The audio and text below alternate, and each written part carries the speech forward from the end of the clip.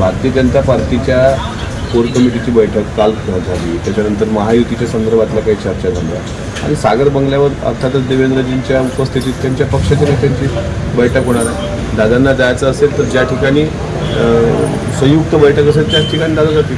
दादा दिसतील अमित शहांना सोडायला दादा सोबत आहेत अर्धा तास एअरपोर्ट. शरद पवारांपुढे आता निभावं लागलं असं अजितदादांना वाटायला लागलं आणि त्या संदर्भात जे आहे ते वडेट्टीवारांनी त्यांच्यावर टीका केलेली आहे. शेवटी वडेट्टीवार साहेबांना तर विरोधी पक्षात आहेत तर त्यांना तेवढं बोलावं लागतं. आता येणारा काळ सांगेल विधानसभेचा की कोणासमोर कोणाला टिकावं लागणार नाही. लोकशाहीमध्ये प्रत्येकाला आपापला पक्ष वाढवण्याचा अधिकार आहे आणि दादांनी काल बारामतीमध्ये कार्यकर्त्यांच्या संदर्भ बोलताना ज्या काही भावना व्यक्त केल्या त्या वक्तव्यावर वडेट्टीवारजी बोलले असतील. त्याच्यामुळे वडेट्टीवारांचा कोणासमोर टिकावा लागतो हे आगामी काळात तुम्हाला विधानसभेत दिसेल, कारण त्यांच्या विरुद्धसुद्धा महायुतीची मोठे मोर्चेबांधणी आहेच. राष्ट्रवादी किती जागांवर निवडणूक लढणार आहे, किती जागांवर दावा करणार आहे? आम्ही त्याबद्दल काही सांगू शकत नाही. महायुतीचे तिन्ही पक्ष एकत्र येऊन वरिष्ठ त्यावर अंतिम निर्णय घेतील आणि त्यानंतरच योग्य तो जागा वाटप होणार. 120 जागा लढवणार असल्याचं शिंदेच्या आमदारांनी म्हटलंय. संजय गायकवाडांनी 100 जागा जिंकू. नाही, मला पण म्हणता येतं का 150 जागा लढायची आमची इच्छा आहे, पण तसं मी म्हणणार नाही. संजय गायकवाडांची इच्छा त्यांनी त्यांच्या पक्षाच्या अनुषंगानं व्यक्त केली. मी पण मागं इच्छा व्यक्त केली होती. त्यानंतर ठरलं की कोणी जागा वाटपाबद्दल बोलायचं नाही. संजय गायकवाडांना वाटत असेल 120 जागा लढाव्या तसं मलाही वाटतं. आम्ही 150 जागा लढलो पाहिजे, पण आमच्या काही प्रत्येक इच्छा पूर्ण होत नाहीत. म्हणून ज्या ज्या ठिकाणी राष्ट्रवादी काँग्रेस पक्षाची ताकद आहे, म्हणजे ऑलरेडी आमचे 43 आमदार आता आमच्यासोबत आहेत, 2 अपक्ष आमदार आहेत, 4 काँग्रेसचे आमदार आहेत आणि त्याच्यानंतर आणखी काही वाढीव जागा, अशा 60-65 जागेची चाचपणी आमची सुरू आहे. ज्या ठिकाणी योग्य आमचा सर्वे येईल त्या जागा आम्हाला निश्चितच महायुती सन्मानानं देणार. विदर्भातील 10 जिल्हाध्यक्ष नाराज असल्याची चर्चा आहेत अजित पवार गटाचे आणि त्यांची आज तातडीनं अध्यक्षांची नागपुरात बैठक देखील घेण्यात आली. ते काय, एक अध्यक्ष माझ्यासोबत आहेत, दुसरे अध्यक्ष अकोल्याला आहेत, तिसऱ्या अध्यक्षांना भेटायला मी आता जातो यवतमाळला. असं काही कोणाची नाराजी असण्याचं कारण नाही. हा एक मंथन मात्र काल मला कळलं अशा संदर्भात आहे की वरिष्ठ नेत्यांनी विदर्भाकडे पण लक्ष दिलं पाहिजे असा एक सूर आहे. आणि साधारण काल तुम्ही बघितलं असेल परवा अहेरीला दादांचा म्हणजे पश्चिम विदर्भातले पूर्व विदर्भातले जे दौरे सुरू आहेत त्याच्यामध्ये गडचिरोली झाला, आमच्याकडं अमरावती जिल्ह्यामध्ये मोर्शी वरुडचा झाला. इथलं दुर्दैवानं पावसामुळं इंद्रनील नाईक साहेबांकडे जाता आलं नाही. विदर्भात दौरे सुटले. मात्र आज नेमकी कशी बैठक आहे, कारण 10 जिल्हाध्यक्ष कोणते आहेत नेमकं ती बैठक झाल्यानंतरच कळेल. देवेंद्र भोईरांना स्थानिक तिथलं भाजप विरोध करते त्यांच्या उमेदवारांना.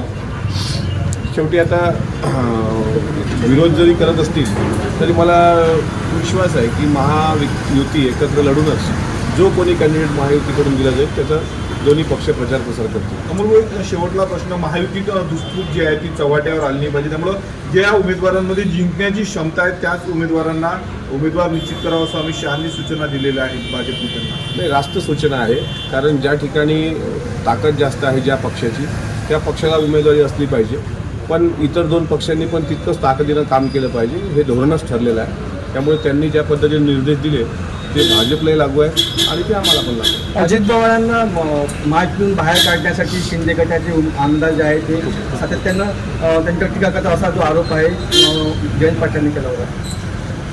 नाही, आता का शिंदे गटातले तानाजी सावंत असतील, शंभूराज देसाई असतील किंवा काल एक झालेला आरोप असेल आपल्या, काल पण एक कोणीतरी बोललं, सातत्यानं टीका होऊ नये, करू नये अशा सक्त ताकीद दिल्या गेलेल्या आहेत. काल मुख्यमंत्री आणि उपमुख्यमंत्री एक अमित शहांसोबत होते आणि सांगण्यात आलं की कोणत्याही पक्षाच्या नेत्यांबद्दल कोणीही बोलू नये. तशी आम्हाला बंधनं दिलेली आहेत तशी त्यांना पण बंधनं दिलेली आहेत. त्याच्यामुळे जयंत पाटील साहेब हे विरोधी पक्षात आहेत आणि अशा सगळ्या गोष्टी घडत असताना निश्चितच त्यांना थोडा आनंद होत असेल आणि म्हणून त्या आनंदापोटी त्यांनी ते वक्तव्य केलं असावं. अजितदादा मुख्यमंत्री होणार असल्याचं कार्यकर्ते बोलत आहेत आणि आता सध्या जर पाहिलं तर एकनाथ शिंदे मुख्यमंत्री आहे. महायुतीचा मुख्यमंत्री पदाचा चेहरा नेमका कोण असणार आहे, एकनाथ शिंदे की अजितदादा? महायुतीच्या तिन्ही पक्षाला आपापला नेता प्रमोट करण्याचा अधिकार आहे. माझ्या घरच्या गणपतीच्या देखाव्यात तुम्ही सर्वांनी दाखवलं की अजितदादा महाराष्ट्राचे मुख्यमंत्री व्हावे ही माझी भूमिका. चित्रा वाघ यांच्याकडे गणपतीचा देखावा आहे, त्यात देवेंद्रजी फडणवीस व्हावे ही त्यांची भूमिका. तसं शिंदेसाहेब व्हावे ही शिवसेनेची भूमिका आहे. आपला नेता महाराष्ट्राचा मुख्यमंत्री व्हावा ही कार्यकर्त्याची भावना असते. मात्र सध्या विधानसभेच्या निवडणुकीला तिघांनी एकत्र येऊन सामोरं जाणं महत्त्वाचं आहे. आमच्या ज्या लोककल्याणकारी योजना अर्थसंकल्पात मांडल्या गेल्या त्याच्या प्रचार प्रसाराच्या जोरावर महायुतीतल्या तिन्ही पक्षांनी एकत्र येऊन लढणं, जिंकणं आणि नंतर मग महायुतीचा मुख्यमंत्रीपदाचा चेहरा तो अंतिम निर्णय हे पार्लमेंटरी बोर्ड आणि तिन्ही पक्षाचे वरिष्ठ नेतेच घेऊ शकतात. आमची इच्छा विचाराल तर आम्हाला वाटतं ना अजितदादांनीच नेतृत्व करावं. एकनाथ शिंदेच्या नेतृत्वाखाली ही निवडणूक होणार नाही असं वाटतं? हे त्यांनाच अधिकार दिलेत सर्वांनी की शिंदेसाहेबाच्या नेतृत्वात ही निवडणूक होईल, तर त्यात काय अडचण. संजय राऊत म्हणतात की अजितदादा बारामतीतून हटणार आहे, त्यामुळे अजितदादा बारामतीतून निवडणूक लढणार नाही. तुमची काय प्रतिक्रिया? संजय राऊतांना मी कालही सांगितलं की संजय राऊतांसारखा रिकाम टेकडा व्यक्ती दुसरा कोणी नाही.